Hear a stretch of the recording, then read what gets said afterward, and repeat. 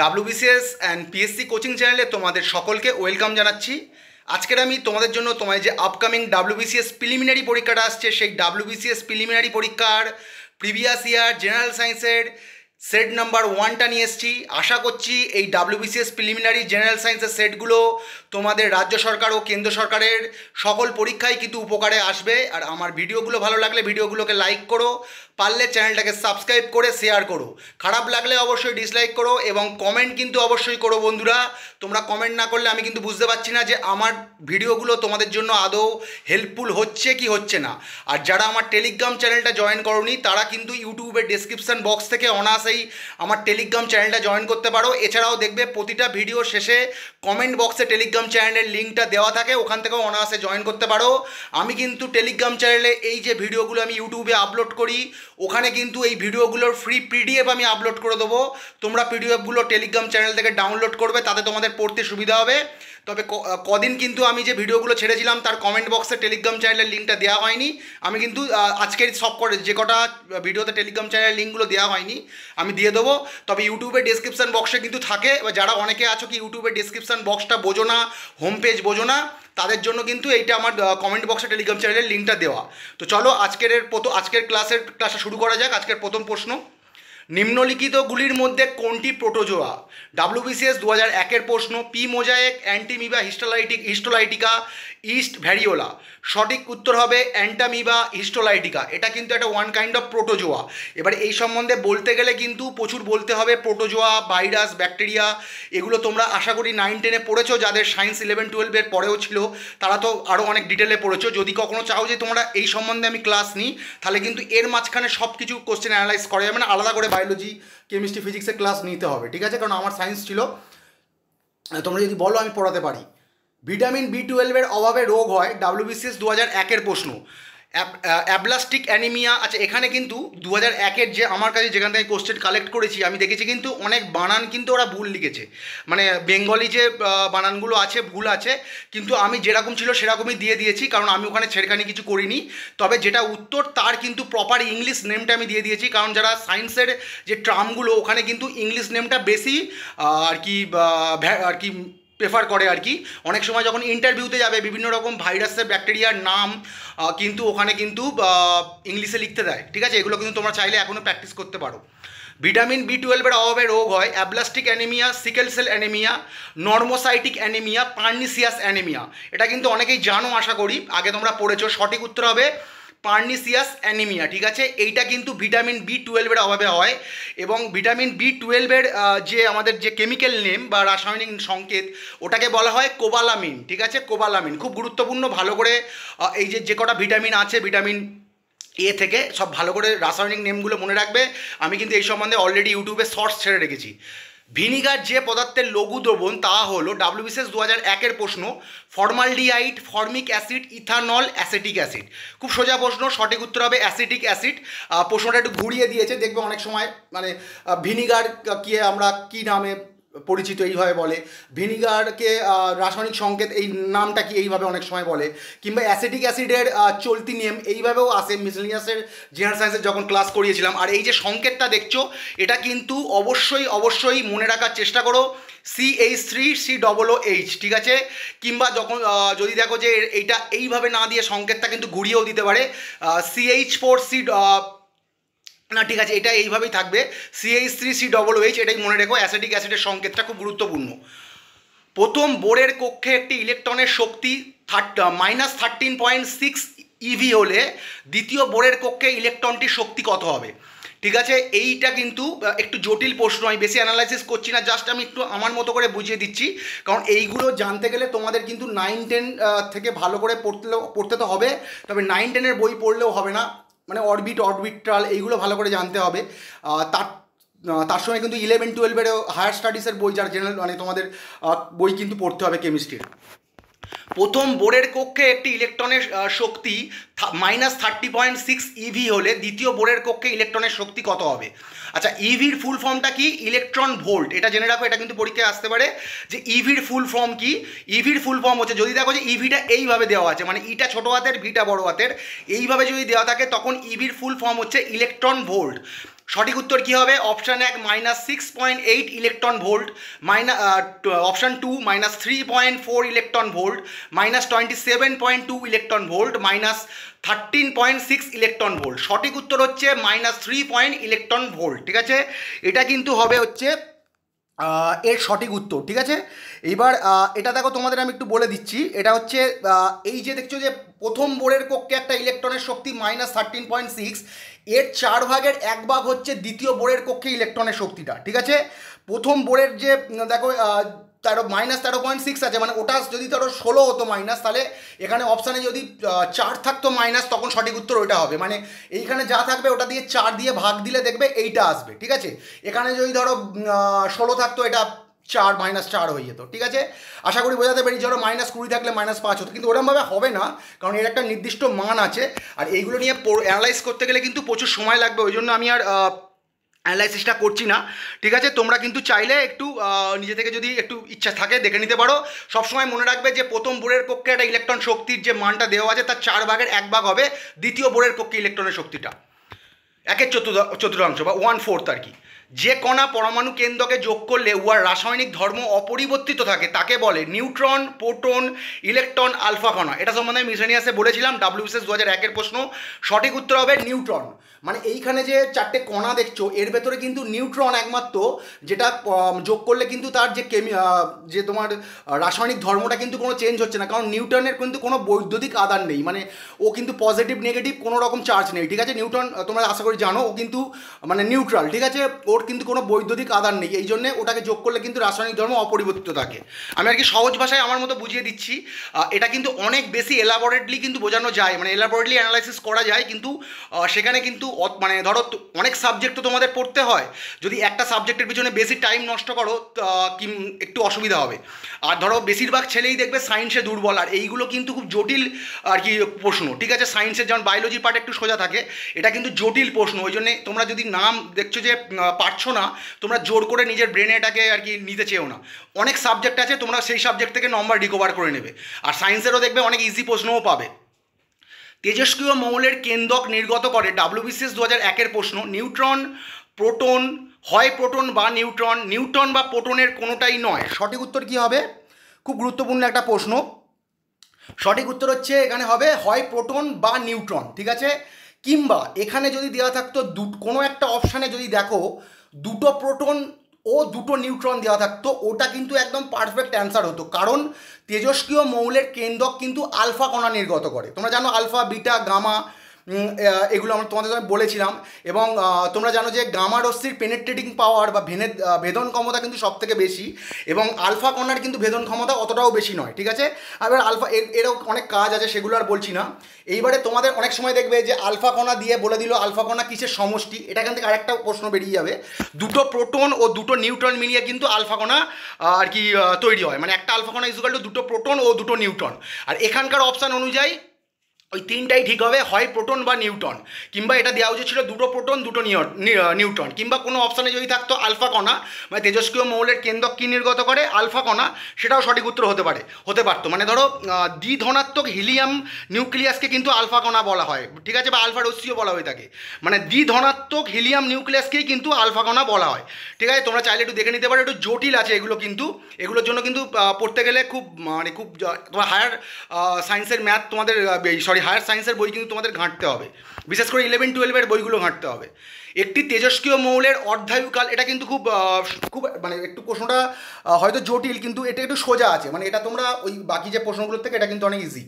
একটি তেজস্ক্রিয় মৌলের অর্ধায়ুকাল 3 দিন। ঠিক আছে, কতদিন পর 1 গ্রাম মৌলটি 0.125 গ্রামে পরিণত হবে? ঠিক আছে, একটি তেজস্ক্রিয় মৌলের অর্ধায়ুকাল 3 দিন, কতদিন পর 1 গ্রাম মৌলটি 0.125 গ্রামে পরিণত হবে?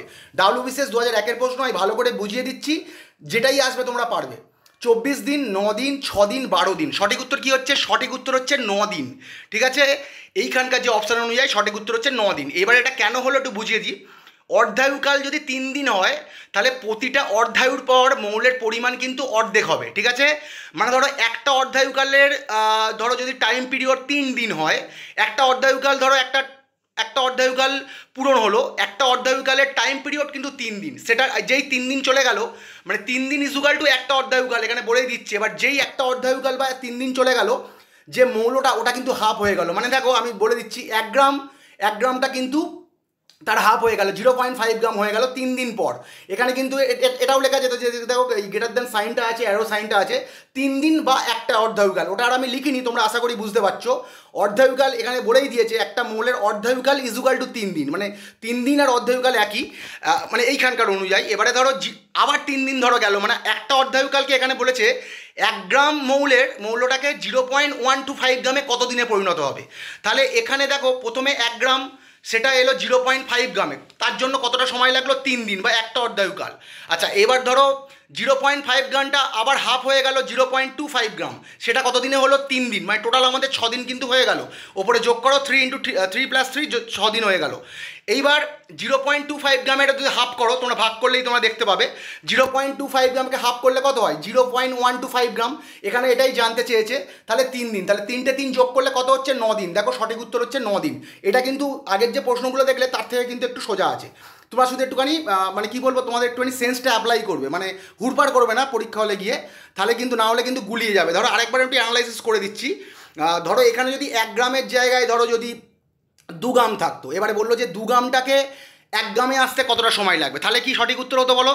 যদি ধরো এখানে 2 গ্রাম থাকতো, এবারে বলছে যে কতদিন পর 2 গ্রাম মৌলটি 1 গ্রামে পরিণত হতো, তাহলে কত কী হতো, 2 গ্রামটা তো ওর হাফ, মানে যেহেতু 3 দিন চলে যেত, 3 দিন পরেই 2 গ্রামটা 1 গ্রামে চলে আসতো, মানে সঠিক উত্তর তখন 3 দিন হতো।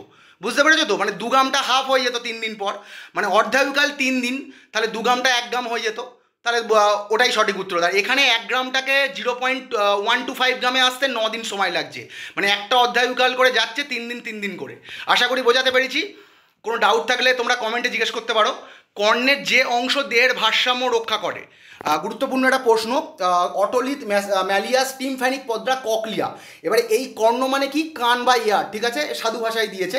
এইবারে দেখবে এই প্রশ্নটা অনেক সময় কি হয়, খুব সোজাভাবে থাকে, যেটা আমরা পড়ে এসেছি যে দেহের ভারসাম্য নিয়ন্ত্রণ করে কোন অঙ্গ, ঠিক আছে, মানে আমাদের শরীরের কোন অর্গান আমাদের যে বডি ব্যালেন্সটাকে নিয়ন্ত্রণ করে, রেগুলার করে, ঠিক আছে।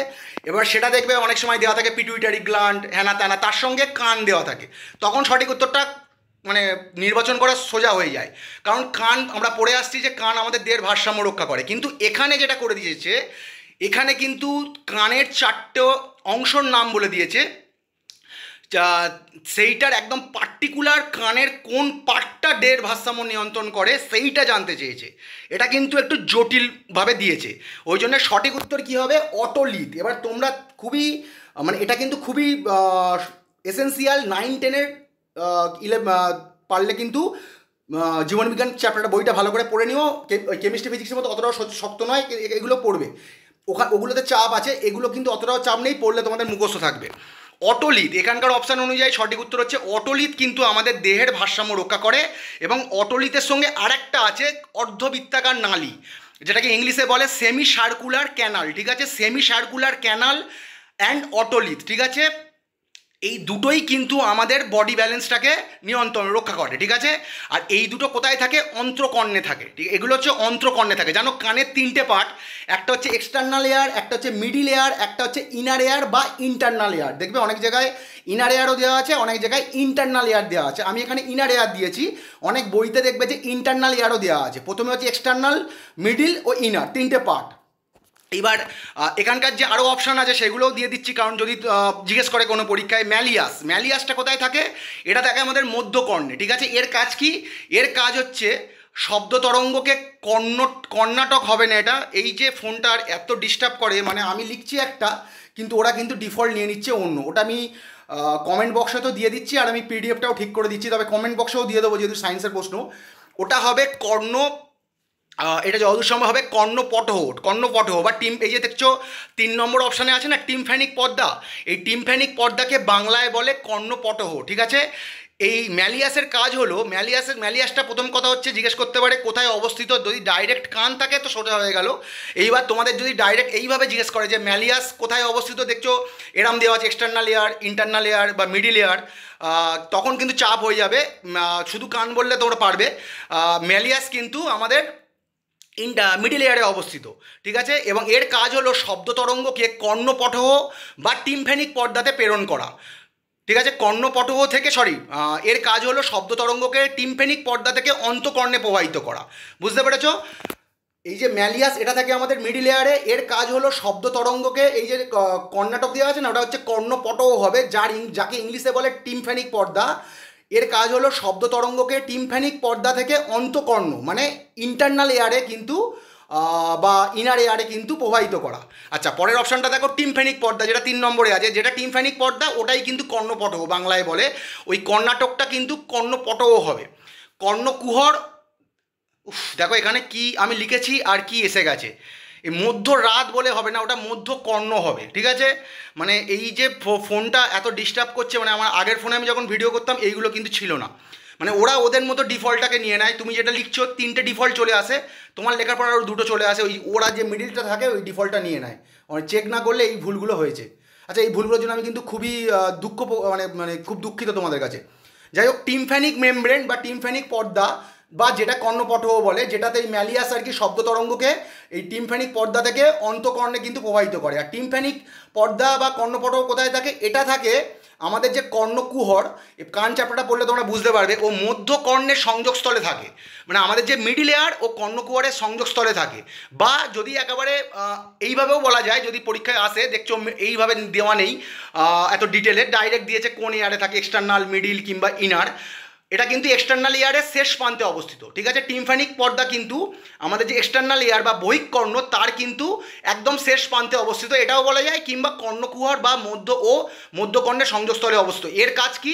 এর কাজ হচ্ছে যে শব্দ তরঙ্গ এটাকে মধ্যকর্ণে প্রেরণ করা বা মিডিল এয়ারে প্রেরণ করা। আচ্ছা, আরেকটা দেখো, ককলিয়া। ককলিয়া কিন্তু অন্তঃকর্ণে অবস্থিত বা ইনার এয়ার বা ইন্টারনাল এয়ারে অবস্থিত।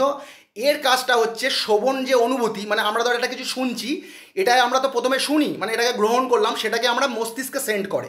তো অনেক সময় আসতেই পারতো যে কর্ণের কোন অংশ শ্রবণ অনুভূতি মস্তিষ্কে প্রেরণ করে, তখন সঠিক উত্তর হতো কিন্তু ককলিয়া। ককলিয়া কোথায় অবস্থিত? আমাদের ইনার এয়ারে অবস্থিত। টিম্ফ্যানিক পর্দা কিন্তু আমাদের এক্সটার্নাল এয়ারে অবস্থিত, কিংবা কর্ণকুহর ও মধ্যকর্ণের সংযোগস্থলে অবস্থিত। আর ম্যালিয়াস কিন্তু মধ্যকর্ণে অবস্থিত, ঠিক আছে। আর এই যে দুটো, ওইটা কর্ণাটকটা হবে কর্ণপটহ বা টিম্ফ্যানিক পর্দা, যে 3 নম্বরে আছে ওইটা হবে। আর এই যে মধ্য রাত আছে, এটা মধ্য রাত না হয়ে হবে মধ্যরাত তো হবে না, তোমরা বুঝতেই পারছো, ওটা হবে মধ্যকর্ণ বা মিডিল এয়ার। আমি পিডিএফটা ঠিক করে নিচ্ছি, আর দেখবে কমেন্ট বক্সেও আমি এটা ঠিক করে দেবো।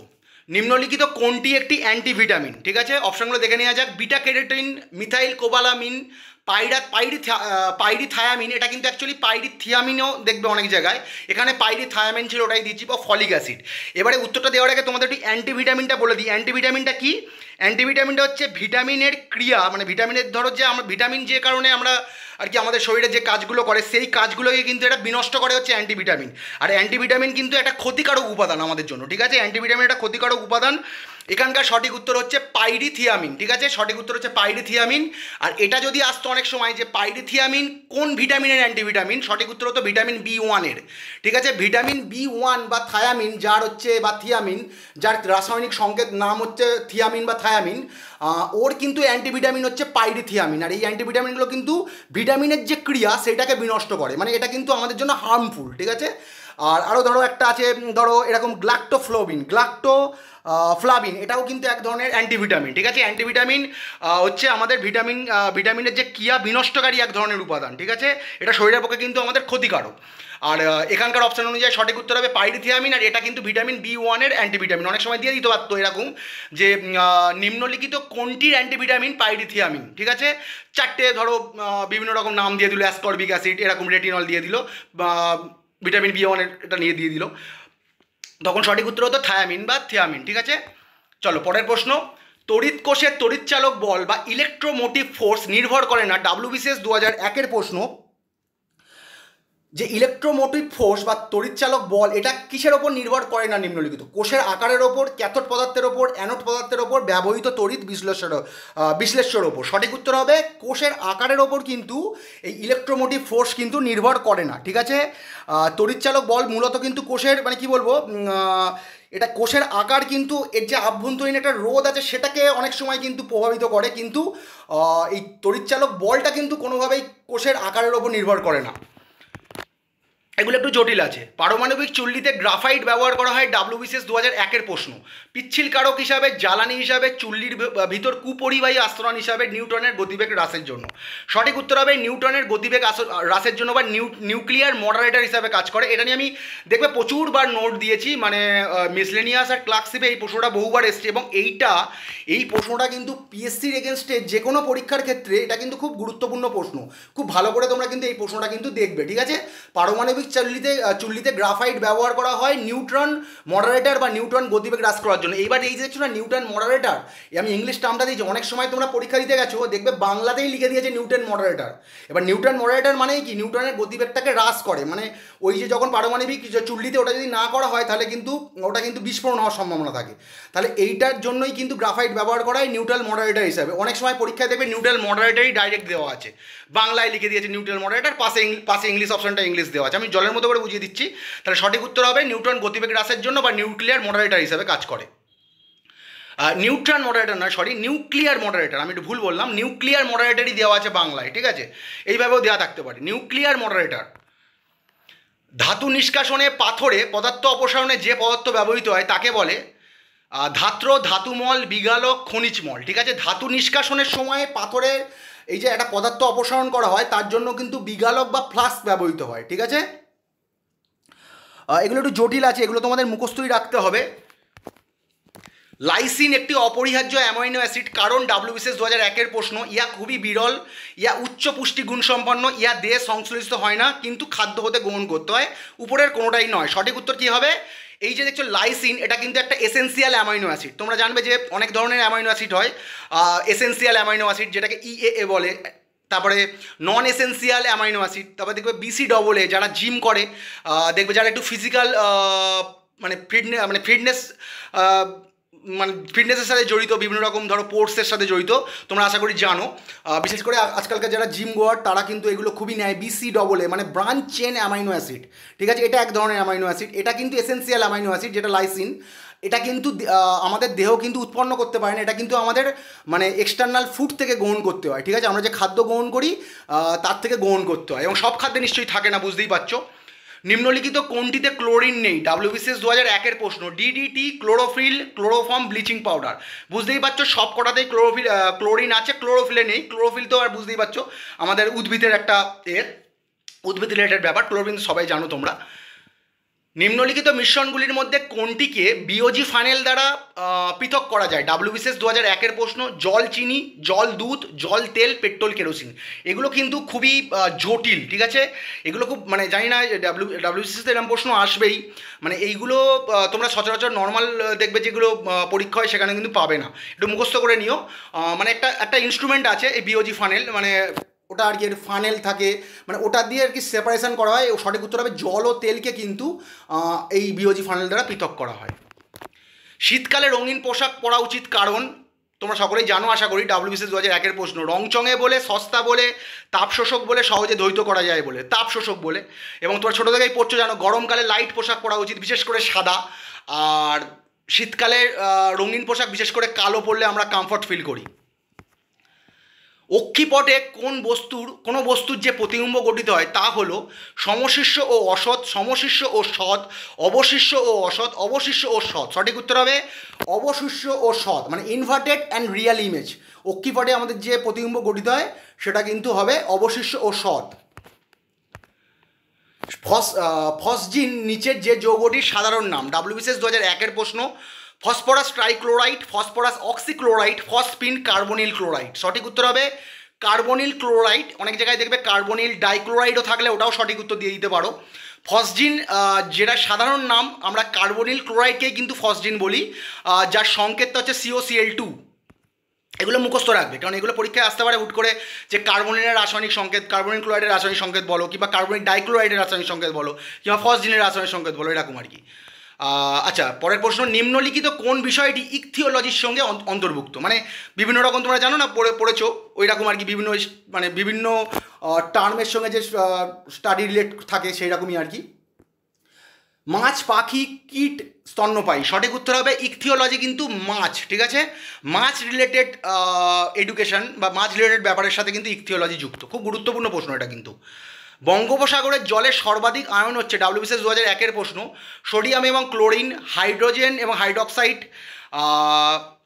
ম্যাগনেসিয়াম ও সালফেট, লোহা এবং ক্লোরিন। ঠিক আছে, বা ফেরাস বলতে পারো, তোমাদের ফেরাস অক্সাইডও বলতে পারো।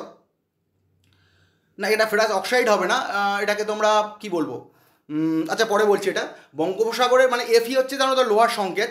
এবার এখানে যে প্লাস মাইনাসগুলো দেওয়া আছে না, এগুলোর কিন্তু একটা বর্ণনা আছে, কিন্তু মানে এইগুলো জানতে গেলে কিন্তু খুব ডিটেলে আর কি পড়াতে হবে, আর এইখানে শর্টে বলা যাবে না।